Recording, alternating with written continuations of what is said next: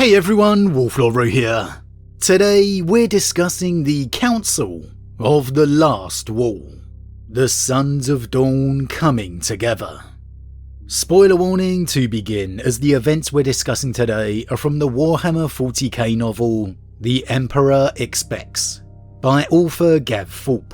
As always, I really recommend you read the stories for yourself first without spoilers, as that's the best way to enjoy the lore for yourself.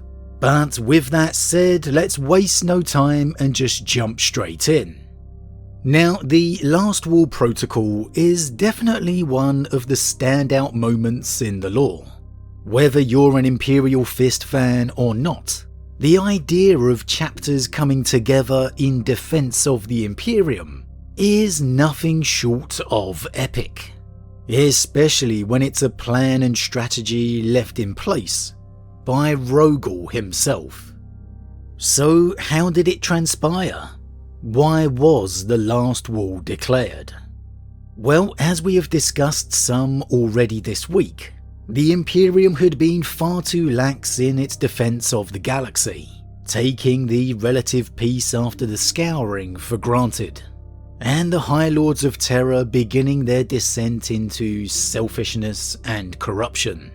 The Orcs, long believed broken by the Emperor at Ulanor, were poised to take their revenge on the galaxy, thanks to the rise of the mysterious beast, and the united Orc Empire unleashed its revenge on the galaxy, displaying tactics, coordination, intelligence, uncharacteristic of the species, and an unbelievable technology of planetary teleportation, able to instantly teleport battle moons from one system to another. And it was the Imperium's first real contact with this that would be the downfall of the Imperial Fists chapter. Already engaged against a formidable Xeno foe, the chapter's fleet and ground forces would be absolutely annihilated by the strange gravitic explosions, which heralded the arrival of an Orc moon. With the chapter on its knees, and with the High Lords foolishly committing the chapter's reserves from the Phalanx and the Throne World, the entire Imperial Fist chapter would be demolished by the arriving Orc tide. The chapter's final fate was believed to have been delivered by the Mechanicus no less, who found 3 barely alive but butchered Marines in suspended animation. However, rather than seeking help from Imperial Fist's successor chapters, the Mechanicus tried to awaken and save the Marines themselves, to acquire the information that they must have known, resulting in all 3 of the Marines' deaths, the cult of the Omnissiah responsible for expunging the legacy of Rogal Dorn forever. However, luckily for them, and for the Imperium, one last survivor was found, aboard a wrecked vessel flooded with radiation. His name was Captain Corland, and he was the last surviving Imperial Fist. Learning from their mistake, the Mechanicus vessel was intent on returning Corland to Terra, or more realistically, Mars. However, Corland had no such desire to return to the Throne World, when he had just seen his chapter slaughtered. And so, with the aid of Mechanicus tech priest Laurentis, who also had survived the slaughter of the Imperial Fist chapter, Captain Corland had the astropath of the vessel send out a message on general broadcast. Corland took a deep breath and considered the consequences of his actions. 3 words would put into motion a plan laid down by the great Rogal Dorn a millennium ago. What Corland was about to do was treason, a gross breach of the oath sworn after the Heresy War, when Lord Guilliman's reforms were enacted. Corland did not care. These were dire times. The Imperial Fists were destroyed, his honour already crushed. Fell times called for fell actions. He fixed Assarain with a stare and uttered the 3 words, The Last Wall. 3 simple words that give you the chills. To most of the galaxy, that is a completely meaningless message. Something that would be disregarded as soon as it's seen. But for the Sons of Dorn, for all of those who bear the legacy of the Primarch, those 3 little words mean everything. They are the final order of the Primarch. They are his commitment to the protection of Terra, his unyielding and unbreaking vow to his father, that he is his Praetorian, and that no matter what, his bloodline will always be his last line of defense, even if he has to defy his brother Guilliman, the Lord Commander, to do so. Rogal knew exactly what he was doing when he laid down this order, when he gave all his new chapter masters the secret decree, to become the last wall, to reform the Legion. Because he knew nothing was more important than his duty to the Emperor. And that it could be 100 years, 1,000, 10,000. As his legion stood upon the walls in the darkness of the heresy, became the wall, so too would they be there again at the end. The rendezvous point was called the Fall System, and Corland would make his way there by commandeering the small navy vessel sent to take him back to Terra, with the aid of his Mechanicus companion Laurentis once again. And there's a particularly great little moment where Corland informs the Navy captain of his intentions, of the Last Wall protocol, and the captain recoils in shock at the fault of a legion, declaring them broken by the Emperor. And Corland snaps back, not the Emperor. It's a real minor thing, but it just shows that resentment still lingering deep down, reminding me of Grimnar and the Space Wolves' animosity and bitterness to Guilliman, the Legion Breaker. That deep down within those Primarch bloodlines who were opposed to Guilliman's codex, there remains that grudge at what was lost. Some more openly, such as with the Wolves, who clearly defy the codex, and some more secretly, such as with the Sons of Dorn and the Last Wall Protocol. However, so it was, the Sons of Dorn began to answer the call, and upon the Black Templar flagship of High Marshal Bohemond, the Council of Chapter Leadership was called, with Corland being escorted into the chamber by a Castellan Clermont. Bohemond was instantly recognisable, sat at the head of the table flanked by 2 banner bearers, carrying the chapter standard and a long pennant in the colours of the Marshal's personal heraldry. Clermont advanced ahead of Corland to join his commander and the group of Space Marines around him. Corland also recognised Issachar, whose pale armour was in total contrast to Bohemond's. The chapter master of the Excoriators was well known for his bionic arm, which was a plated mess of bare metal and cables. More precisely, known for the manner by which he had come to need it, following an overly competitive honour duel with Marshal Bohemond during a previous disagreement. His artificial fingers tapped out a complex rhythm on the surface of the table, which stopped when his gaze met Corland's. The chapter master's false hand formed a fist that moved to his forehead, lips and chest in quick succession in a sign of fraternity. Corland met the gesture with a simple nod. Behind Issachar stood 3 warriors, 1 in the livery of the chaplains, and 2 that bore markings of the librarian. The Black Templars occasionally threw menacing stares at the pair of psychers, but the excoriators feigned ignorance of their brother's antipathy. Opposite Issachar was a warrior that Corland did not know. His armour bore no livery at all, the drab grey ceramite coloured only by heat swirls and splashes of dried blood. Only one chapter that Corland knew of did not paint their armour, the Fists exemplar, The warrior was flanked by a space marine bearing the burnt remnants of a trapezoid banner, and another with a long spear held in both hands. Last at the table was Chapter Master Quesadra of the Crimson Fists. The Crimson Fists were almost as numerous as the Black Templars contingent, with 2 banner bearers, a cup holder, and 3 more space marines with thunderhammers held across their chests.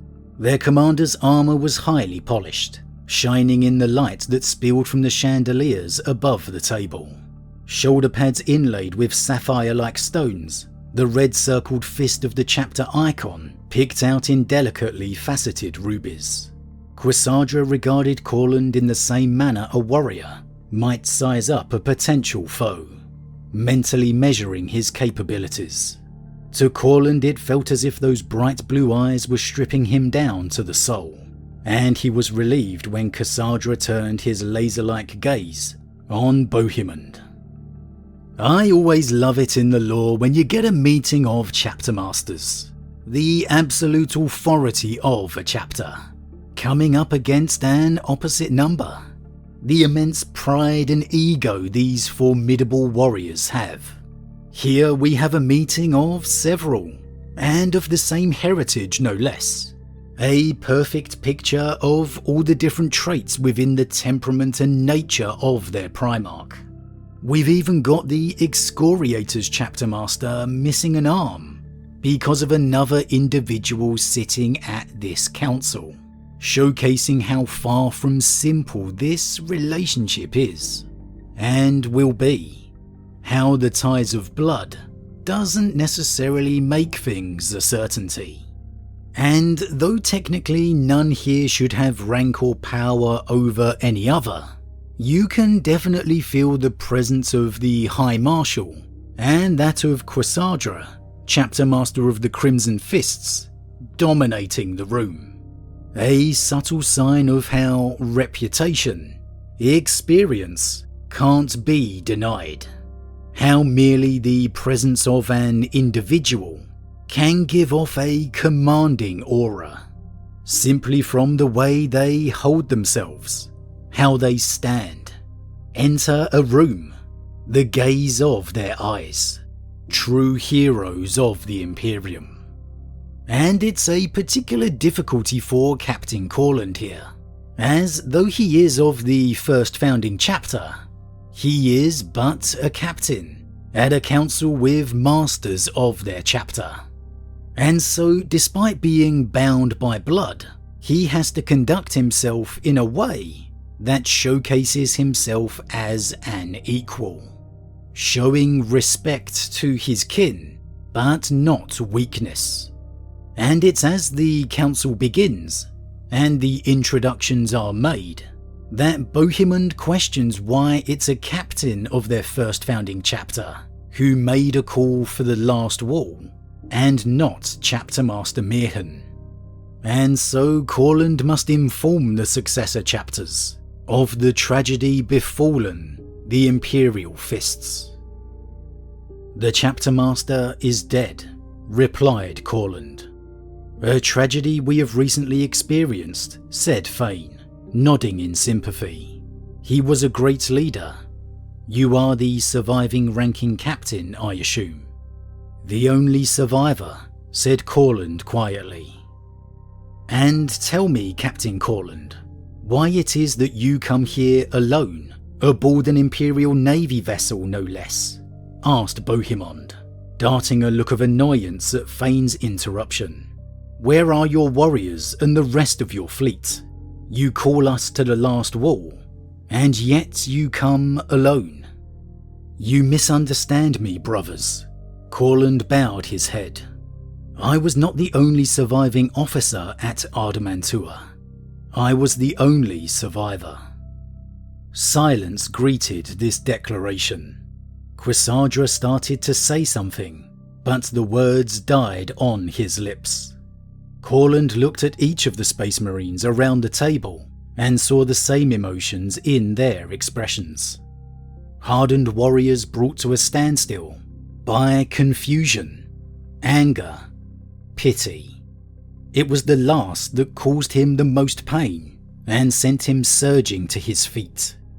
"The Imperial fists are no more," he said, and speaking aloud the fact made the shame of it surge through Corland.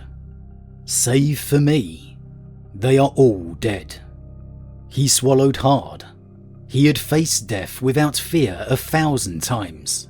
He had been wounded 3 times grievously, and now ripped back from the edge of oblivion by the ministrations of the tech priests. Even during the horrors of Adamantua, Corland had never felt scared. Not truly. To stand here and say what he was about to say was the most terrifying experience of his life. Hearing a Space Marine be terrified is something that just stops you in your tracks. The beings that know no fear are forged for war, plunge into any crisis and hellzone, against any enemy, without fault or pause, even against literal demons.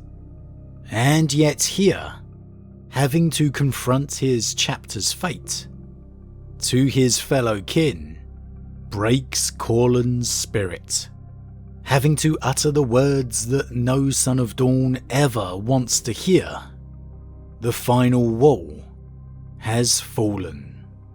You just can't describe what a moment this is for the Sons of Dorn, let alone for Corland.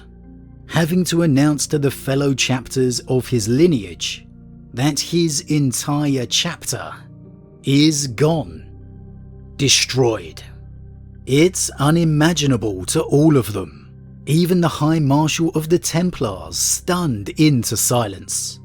Here they are thinking the first founding chapter has called them to war, and in fact they find out that it's gone, annihilated, that only one man remains. The shock must be unbelievable.